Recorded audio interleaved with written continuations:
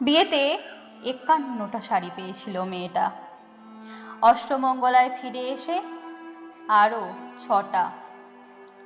এত শাড়ি একসঙ্গে সে জীবনে দেখেনি।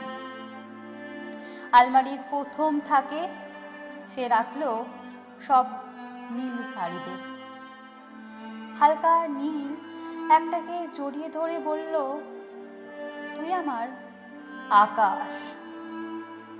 দ্বিতীয় থাকে রাখলো সব গোলাপিদের। একটা গোলাপিকে জড়িয়ে ধরে সে বলল, তোর নাম অভিমান। তৃতীয় থাকে ৩টি ময়ূর, যেন ৩ দিক থেকে ছুটে আসা সুখ। তেজপাতা রং যে শাড়িটার, তার নাম দিল বিষাদ। সারা বছর সে শুধু শাড়ি উপহার পেল। এত শাড়ি সে কি করে এক জীবনে পরবে?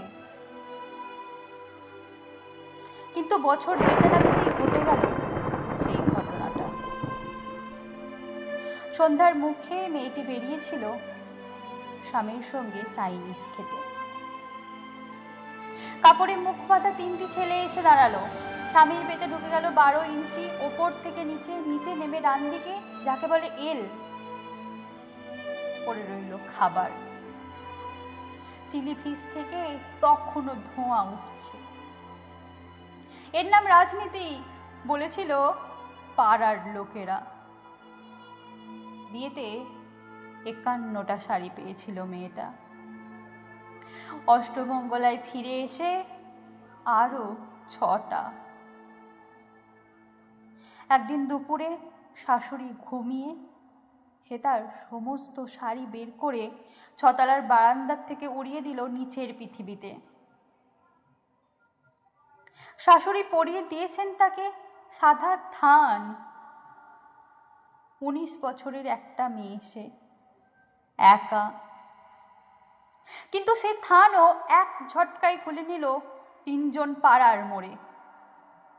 একটি সত্য নগ্ন বিধবা মেয়ে দৌড়াচ্ছে আর চিৎকার করছে, বাঁচাও বাঁচাও বাঁচাও। পিছনে সে কি উল্লাস! নির্বাক পাড়ার লোকেরা। বিয়েতে ৫১টা শাড়ি পেয়েছিল মেয়েটা। অষ্টমঙ্গলায় ফিরে এসে আরও ৬টা।